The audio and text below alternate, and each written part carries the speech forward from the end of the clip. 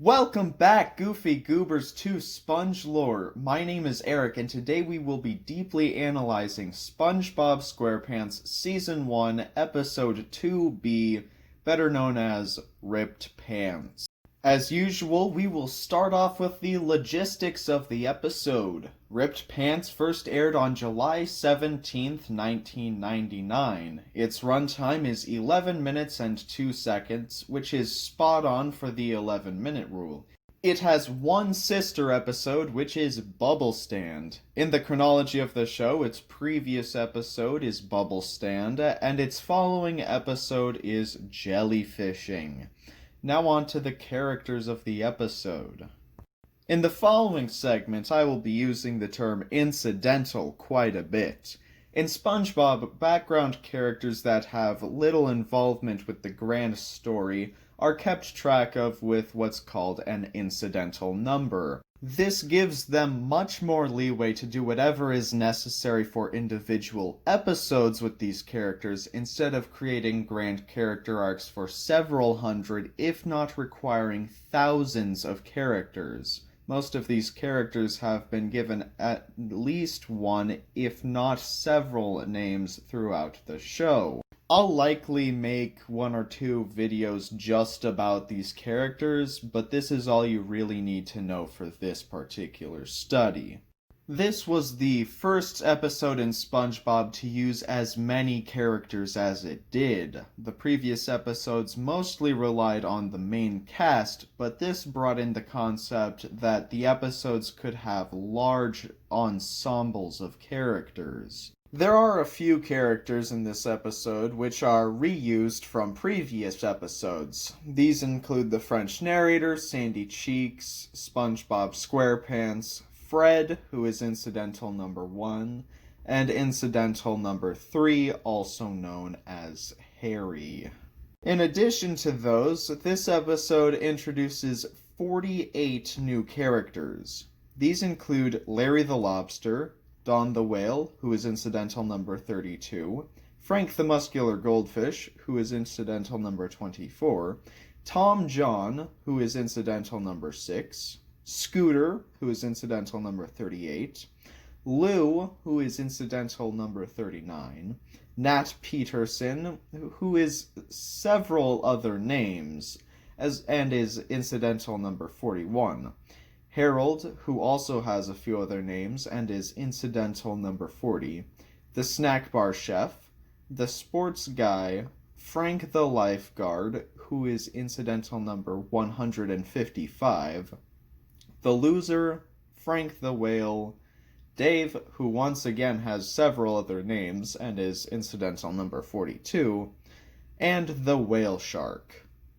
This also includes incidental number 2, who also known as Archie, incidental number 4, also known as Francis, incidental number 5, also known as John, incidental number 7, also known as Nancy Susie Fish, incidental number 8, who is also known as Tina Fran, incidental number 9, also known as Henry Bart, incidental number 10, who is also known as Franco, incidental number 12, who is also known as Vera Fishbowl, incidental number 13, who is also known as Medley Fishbowl, incidental number 14, who is also known as Evelyn Annette, incidental number 15, who is also known as Mevis, incidental number 16, who is also known as Buddy, incidental number 17, who is also known as Perry, incidental number 18, also known as Horace, incidental number 19,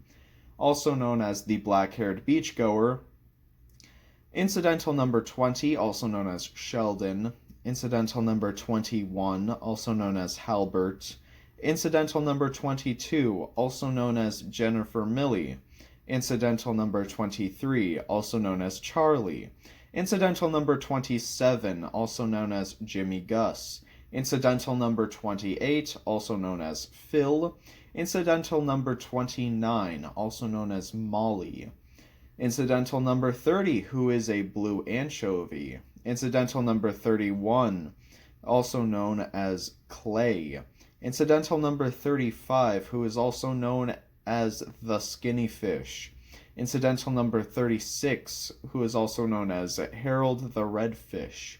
Incidental number 37A, also known as Gus. Incidental number 37B, also known as Wobbles Martin Purplefish. Incidental number 45, who is also known as Shuby Peterson. Incidental number 46, who is also known as Naz Mimi. Incidental number 47, also known as Sadie. And incidental number 48, also known as Abigail Marge. And incidental number 49, also known as Norma Wretched. Squidward Tentacles is also mentioned in this episode. Now that that's over with, let's get on to the episode.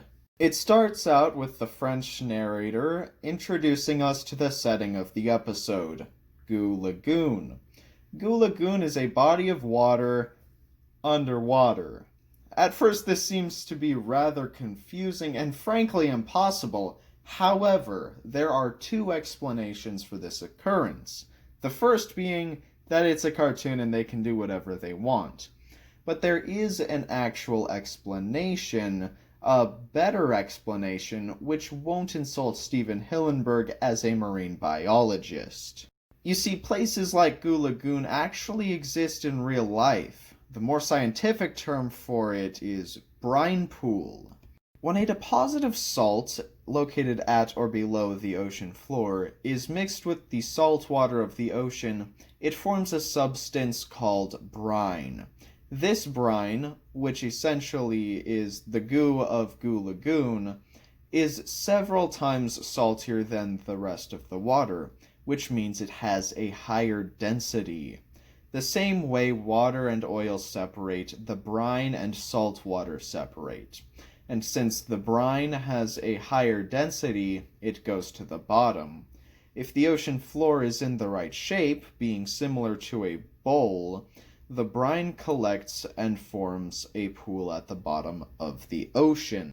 These pools behave underwater and with the sea life the same way that, say, a lake or an ocean would behave on land and with us. Now, these pools can be the site of an entire ecosystem. They often coincide with what's called cold seep. This means that compounds such as sulfide and methane are being released into the area. These can be processed by bacteria which are symbiotic with certain mussels located around the brine pools. About a minute into this episode, the gang goes to a place in Goo Lagoon designated for lifting weights. And what's the name of this area? Muscle Beach, spelled Mussel.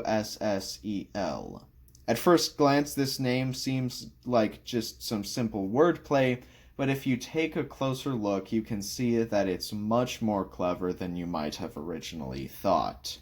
The French narrator describes Goo Lagoon as, quote, a stinky mud puddle to you and me, but to the inhabitants of Bikini Bottom, a wonderful stinky mud puddle, unquote.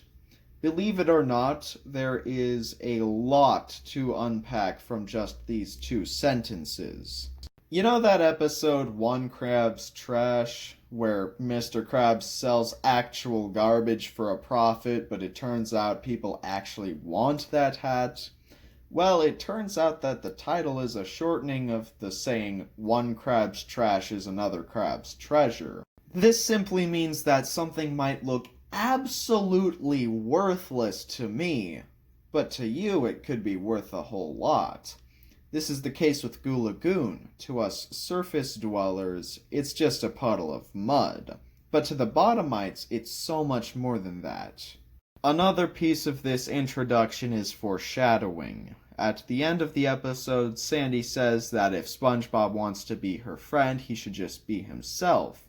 Goo Lagoon doesn't try to hide that it's a puddle of mud, but the bottomites still love it. Finally, this relates back to SpongeBob's main trial and the SpongeBob SquarePants movie. We would expect the French narrator to change up his vocabulary a little bit when he describes Goo Lagoon the second time, but he doesn't. He says the words stinky mud puddle both times.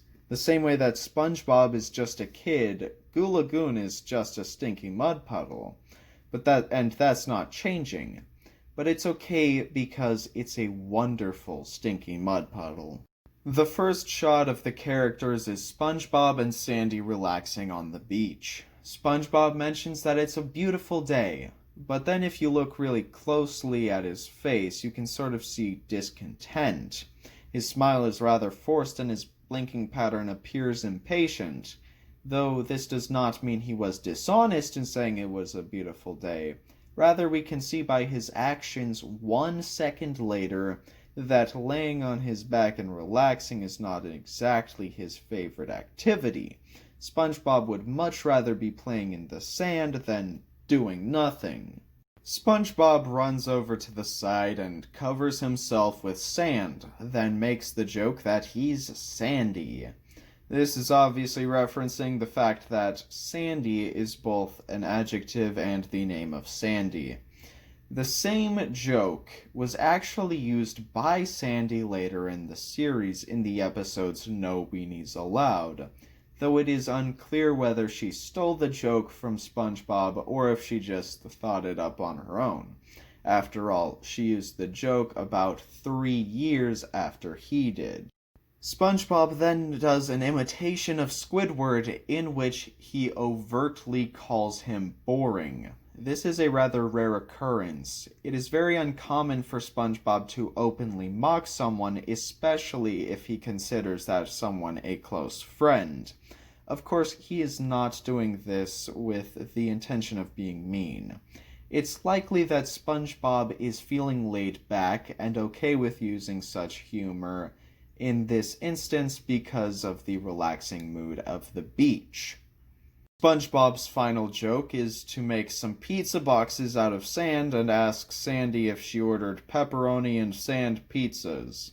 There isn't really much to this one, except for the hat he made. He used sand to also make a Krusty Crew hat to give him the look of a pizza delivery man. Only the Krusty Krab doesn't serve pizza, nor does it deliver.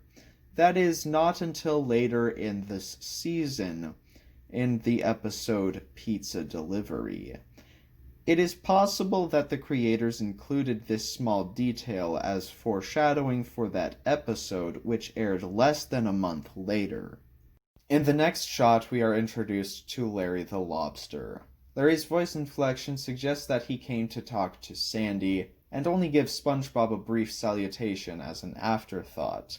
He invites them both to lift weights with him, and Sandy agrees and follows Larry. SpongeBob, on the other hand, lingers behind and feels down because, as we saw in Help Wanted, lifting weights isn't exactly his strong suit. After a moment, though, SpongeBob begrudgingly follows Sandy and Larry. We then cut to a group of fish, which includes, but is not limited to, Don the Whale and Frank the Muscular Goldfish, lifting weights. This seems like a normal activity to do, seeing that they are bodybuilders, though at first I thought it was a little weird that they were lifting weights in front of an audience, which is still an opinion I hold, but after I asked my research assistant, Google, if people actually do this, and it turns out that lifting while people are watching can actually boost performance. It's also worth noting that, weightlifting is an Olympic sport. After Sandy has exactly one go at the weights, SpongeBob tries to get out of there, but Larry stops him by showing off and lifting more weight. This is where SpongeBob decides that he needs to prove himself. So he does the absolute best he can and lifts a stick. Needless to say, nobody is impressed with this. Sandy and Larry then each lift more and more weight, and SpongeBob feels the need to one-up them. He decides to procure 2 marshmallows, which he would add at each end of his stick. Before attempting the lift, he hypes himself up for it, much like he did while exercising in Help Wanted. SpongeBob attempts the lift, about 3 times, each time failing. But on the 3rd attempt, something terrible happens. He rips his pants. Everyone present laughs at him, and he is greatly embarrassed. SpongeBob walks away, though it is unclear in the episode, nor does the script give any guidance as to where he is going. It seems that SpongeBob's beach day is ruined, until our man Scooter walks over to him and says that he is hilarious. Sandy speaks on his behalf, but it's pretty clear to the audience that she's still embarrassed for him. But in this moment, SpongeBob is given an idea by all of this. An idea of recognition, an idea of humor, an idea of some other third thing. An idea to keep ripping his pants. In the next scene, the crew is playing volleyball. SpongeBob tries to be the best at the sport and really show off, but his lack of athleticism prevents him from doing this. The crowd is not impressed at all and boos him. Luckily for SpongeBob, he's got a secret weapon. He bends down and ripped his pants. After announcing it, everyone breaks out laughing. Scooter then tells SpongeBob that he has once again split his sides. Up next is Frisbee, also known as small plastic disc that you throw. Larry and Sandy have fun and do the best they can, but SpongeBob doesn't even try. He knows he's not very good at sports, so he decides to skip the initial embarrassment and go straight to ripping his pants. This time, he pretends to be a little hurt so that everyone will gather around and he can make the reveal that much more funny. Once again, everyone in the crowd laughs, and Scooter tells him that he's still got it. This is the point in the episode where the mood starts to change around SpongeBob. He approaches Lou at his ice cream cart. SpongeBob sets up the joke by asking for a banana split, and when Lou says he doesn't have that, he says it's okay because he already split his pants. Sandy chuckles at this, but Lou is clearly not impressed. He asks SpongeBob if he intends to actually order something, to which SpongeBob responds by ripping his pants in Lou's face. Sandy once again breaks out laughing, and Lou is very obviously very annoyed. SpongeBob then runs over to the snack bar with the intention of, you guessed it, ripping his pants. He gets uncomfortably close to Harold and tells him that his burger would go great with some ripped pants. Harold is angered by this. He then goes up to who appear to be Dave and Nat Peterson. He says the phrase, ripped pants a la mode, and rips his pants in front of them. SpongeBob is using a double meaning here. The joke that the majority of North American viewers will get from this is that he's having ripped pants with ice cream. I guess it's kind of a joke because he's at the snack bar and he was just at Lou's ice cream cart. It's lazy. But a la mode mainly just means that in North America. The French wouldn't say à la mode, they'd say something more along the lines of avec la glace. À la mode literally translate from French as at the fashion, essentially meaning fashionable. So SpongeBob is basically complimenting himself, saying that his ripped pants are fashionable, or in this case, humorous. Either way, Dave and Nat are not amused, particularly because SpongeBob ripped his pants right in front of them while they are eating. The next victim of his joke is the snack bar chef. This is actually the only time we get to see this character in the show. SpongeBob asks him if he ordered 20 cases of ripped pants, and I really wish I could think of a more eloquent way to say this, but unfortunately, I can't. The joke is that SpongeBob puts his butt in a box. You may now laugh. The snack bar chef is unsurprisingly annoyed by this. The next scene involves surfing, but we'll get to that in a minute. This scene introduces us to this fish. He is known as the sports guy and is only featured in 3 episodes and 1 video game. In my experience, I have seen some debate as to who this guy actually is. Well, I have the most straightforward answer I can give on this subject, and I can back it up with evidence. The sports guy is Perch Perkins. I say this for the reason that the version of the script for this episode that I have on file lists all of this guy's lines as being said by Perch Perkins. I personally feel that this is evidence enough, but if you want further explanation, be sure to let me know in the comments below. Perch announces the surfing at Goo Lagoon, and as seen with previous sports, Larry and Sandy are both having fun and actually trying at the activity at hand, but SpongeBob is just ripping his pants. And it's clear by the way Perch announces it that the joke is now old. The next part of the episode is where SpongeBob starts to come to terms with reality. He pretends to drown after a faked surfing accident. Frank the lifeguard rushes to his aid and probably thinks SpongeBob will not make it. SpongeBob, with his assumed last breath, reveals that he ripped his pants and that he's actually not hurt. Nobody thinks that the joke was funny, and SpongeBob can see that. Sandy says angrily that she was worried sick about SpongeBob. Even Scooter thought it wasn't funny, and kind of felt bad for him.